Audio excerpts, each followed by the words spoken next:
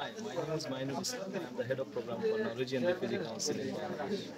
We have been working in Islamabad since June 2022 with IRA in this area, Dwara Bajar, Satok and some other areas after the massive flood last 2022. So we have been investing so much in the immediate emergency response and then the recovery phase. We have done great work in different places.